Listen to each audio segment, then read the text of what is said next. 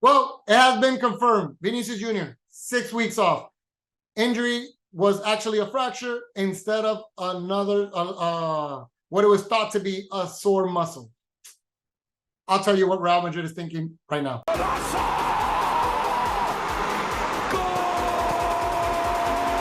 Muy buena, mi gente, aquí nos encontramos nuevamente en otro programa de Fútbol con Bambam. Dentro del área, golpea Petit, Zidane y gol. Ha marcado Zidane el 1-0 para Francia.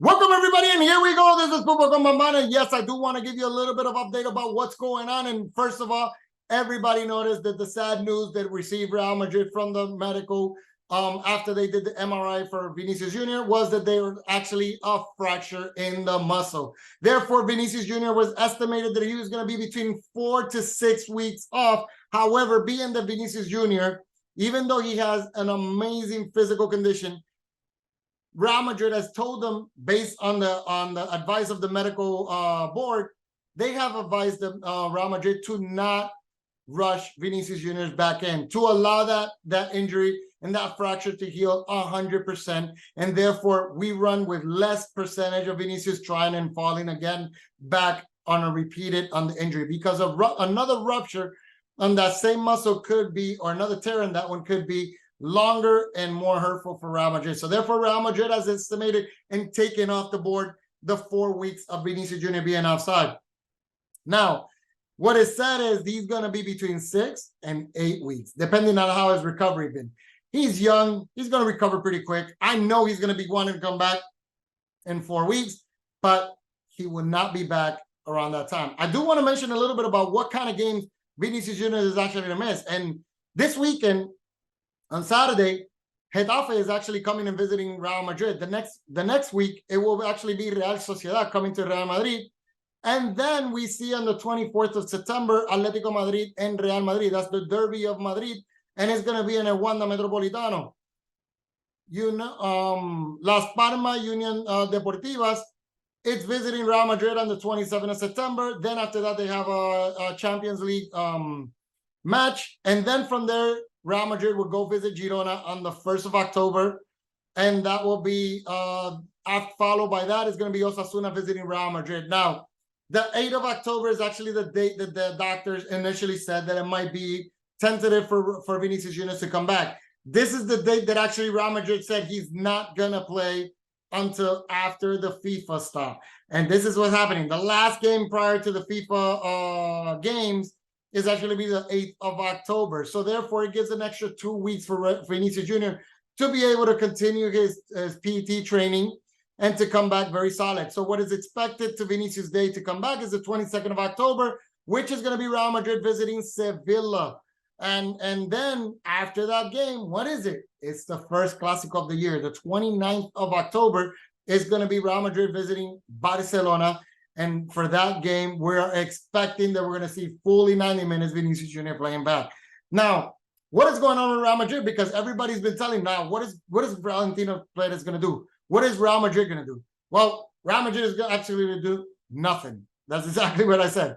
Nothing. They have claimed as of today that they trust fully 100% every player that they have on the squad, that their decisions about all the players that they have selected for this year has been great. And this is probably the time that they're going to give opportunities also for younger players from the second division to come up and show their quality. And who are we talking about? Well, we're talking about Gonzalo Garcia.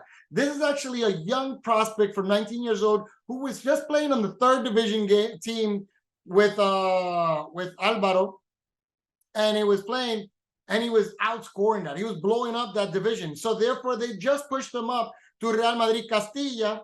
And this weekend, he actually scored 2 goals to give that tie of Real Madrid Castilla and be able to give that extra point for them on a tough game that they had. So therefore, he started training with Real Madrid yesterday in Valdebebas. Today, most likely he will be part of the squad as well. And he's going to be projected to be in the bench on the 2nd of September. I don't know if Ancelotti really is going to give him a couple minutes. It all depends how the game goes. If the game is Real Madrid comfortably ahead, maybe they might see some minutes for the kid. However, because they want him to just throw out those nerves, first time being in the first team, it's going to be very nerve-wracking for him. So they have to choose the right game for him in the right environment to be able to bring him inside and for he can look good. Something that like Álvaro Rodríguez has been another player that he's been a stud last semester or last season when we saw him for the 3 games and he scored 2 goals, 2 assists in those 3 games. And that actually gave really good sensation. However, we've seen how after those games, Álvaro Rodríguez has shown a little bit of a slump, which gives the doubt to the first squad that he still needs process to maturity. So this can easily happen to Gonzalo Garcia. We will see him on the challenges in here, but we got to be careful that bringing these young prospects and burning them up in the first division. We can't put that much pressure on them to say, hey, he's going to be our number 9 from now on. The same is going to happen next year when Endrick actually comes into Real Madrid. He's going to be 18 years old. You got to give him a couple times. You know, Vinicius Jr. and Rodrigo Goes took roughly about 3 years before they started exploding in Madrid. It's not easy coming from Latin America to come to Europe. So that's what's going to happen to Endrick. Now, Gonzalo Garcia, we have to see. What has Real Madrid right now in the options, I was listening to a couple of analysts, and they were all giving different speculations, apparently from information from Ancelotti about what he's thinking about this weekend. So they're talking about there might be a possibility that he changed formation in the game. They're talking about a 4 that from Ancelotti going from what he's planning or first started the first 3 games with the 4-4-2. Now they're saying that actually Ancelotti wasn't playing 4-4-2, that he was playing 4-3-1-2. Now they're talking about going back to the 4-3-3. They're talking about probably going with the 4-3-2-1, right? And then leaving Joselu as the striker and having Bellingham and Rodrigo Goes as the follow-up of the midfield, of the points to be able to open up those spots. Now, we will see this weekend exactly what changes, if any of them happens. I still think that Ancelotti is going to stay with the same defense that they have, Fran Garcia, Alaba, Rudiger, and Carvajal. Most likely Looney or Kepa. I'm not sure exactly who's going to be the main goalkeeper. Ancelotti hasn't given that final decision saying that Kepa will be the first thing. He's the international goalkeeper. Most likely he will be the person to start. However, there might be still a game for Looney, and that will go to challenge between both of them to win a spot. Now, what we're going to happen in the midfield, they're talking about that maybe Tchouaméni, Camavinga, and Federico Valverde being in the midfield, and then, of course, Bellingham, Rodrigo Goes, and Joselu as a striker. That's what they're thinking right now that might occur this weekend. We will see and maintain. Now, let's talk about what's happening with Real Madrid. Why no strikers coming inside? Well, we were talking a couple of videos ago that I did mention that Lukaku was an option, and Real Madrid has been ringing about the possibility about bringing a Lukaku to the squad, 6 million euros, and then pay his salary. That was what Chelsea was asking. Well, we found out yesterday that Mourinho actually said, that's a bargain. I'm bringing Lukaku out here. So they took Lukaku to La Roma, and then Lukaku's no longer in the market. So now Real Madrid has lost Harry Kane, which I can understand. Harry Kane was going to be a great attribute. It's an immediate impact. It's an experienced striker, but he was costing 100 million plus his salary. This was a big concern for Real Madrid because they do not feel that they were going to recover the money back from a guy like Harry Kane. Maybe yes, maybe no, but they let him go. That's a no news. Lukaku, he's coming up in age also. He has not been the striker that he was in the 2018-2017. However, he was in a low cost, only 6 million. Lend for a year, pay his salary, put him as a striker, and he will do the job because Lukaku is strong, he's big. We know that he's not been precise with the goal, but he can push the ball. He still has goals. And with this young group of talented midfield that Real Madrid has, it was going to be just a matter of time of him receiving the right ball to be able to score. Now, having that said, we don't have it. Real Madrid still trusts the team. As I said, there's only 2 days in the market unless there's a big surprise. I strongly believe Real Madrid has something up their sleeve to bring inside in this next 2 days. I don't know exactly who's going to be the player. I don't know who they're going to bring in. Everybody is talking names all over the place. The market, actually, Bernabeu has been nonstop, his phone ringing, offering different strikers for Real Madrid. Real Madrid has declined every single one of them.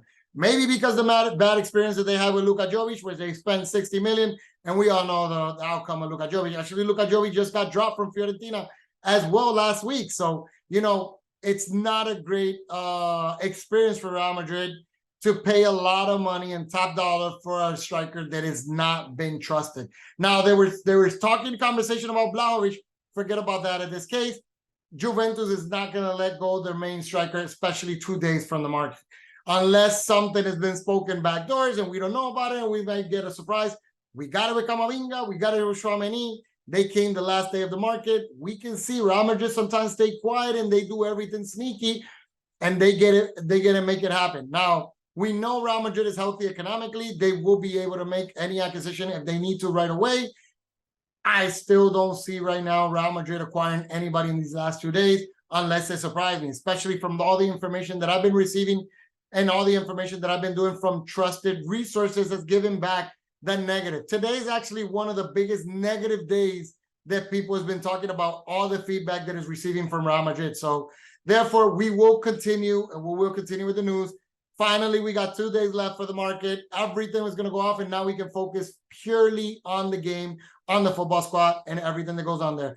I hope you enjoyed this show. Hit that like button. If you have not subscribed to the channel, I recommend subscribe. There's a lot of interesting news. You know, I try to be as trustful as person.